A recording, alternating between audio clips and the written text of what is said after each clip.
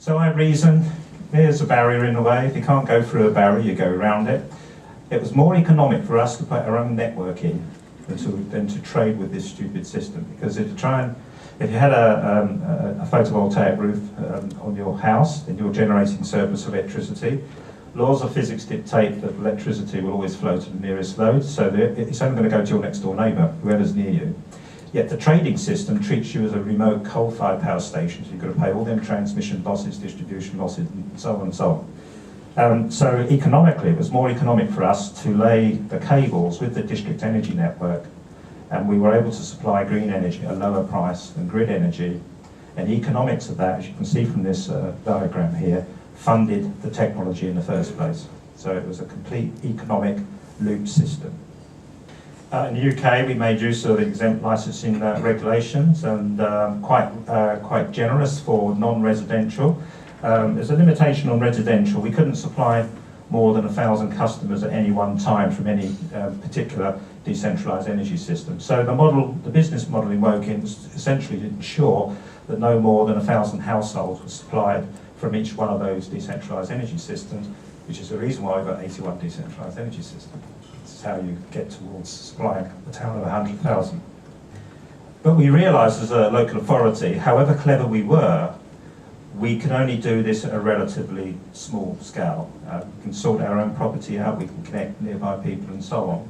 So we wanted to take this much larger scale by bringing in private sector investment, private sector sort of additional engineering resources. So we established Thamesway. Thamesway is a municipal company. It's an energy and environmental services company wholly owned by Woking Borough Council. And we then established a public-private joint venture company called Thamesway Energy Limited.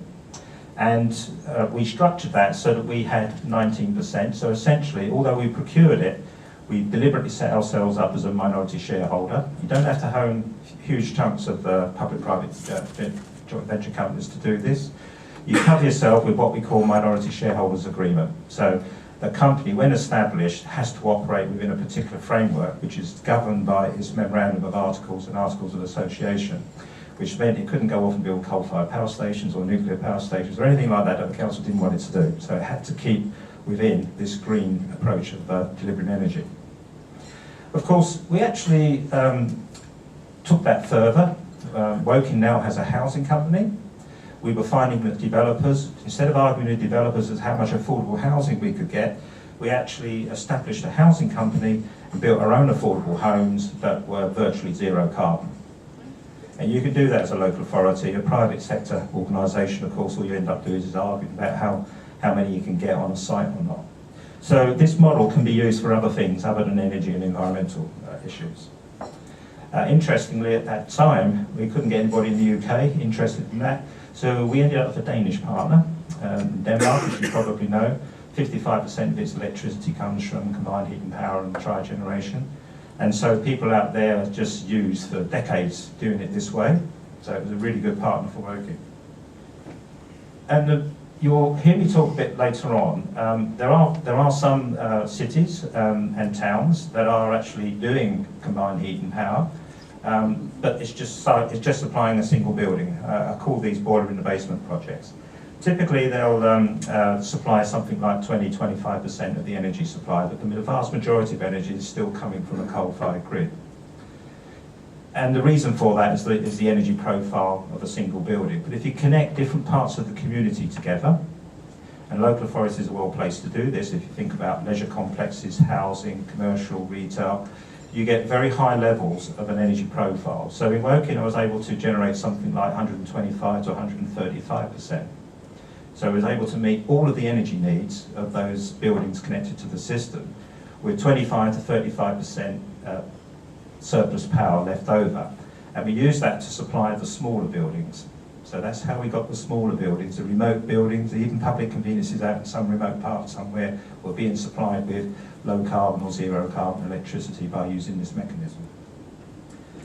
And this just shows you, by combining different parts of the community together, and local authorities are well placed to actually do this, which is the reason why local authorities in the first place developed infrastructure back in the 19th century.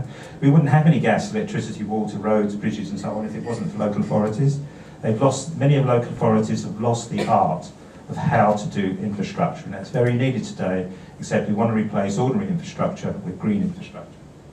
Just a quick snapshot of some of the decentralised energy system. A mixed hybrid, cogen, trigen, photovoltaics, fuel cells. On the top left-hand corner there, that's a glass photovoltaic system outside Woking Rail Station. So if you come out Woking Rail Station, come in by train, that's the first thing you see. And we got that through planning game, and then added photovoltaics in that. So I haven't got time to talk in detail about the different mechanisms we used here. Suffice it to say, the technologies weren't chosen for fun. They were actually chosen to fit the different thermal, cooling and electricity profiles. And so different technologies were used to do different things and were to run together as a holistic group. And this is how you overcome the intermittency of renewable energy. So what was the end result of that? A 51% reduction in energy consumption. Wasn't just energy generation. We had a very aggressive building energy efficiency retrofit program that was running side by side with this, similarly with water. Reduced water consumption by 44%. As I said before, 98% of Woking's energy supply comes from its own energy, and that includes private customers as well. And that led to an overall reduction in CO2 emissions of 80%. So when you see these really big targets, you know, stretching out to 2050, this was done in 14 years. That didn't go unnoticed. So I was appointed by the Mayor of London to set up and run the London Climate Change Agency. The role to some extent was a little bit different in that London at that time didn't have any strong policy or strategy in place to enable these things to be done.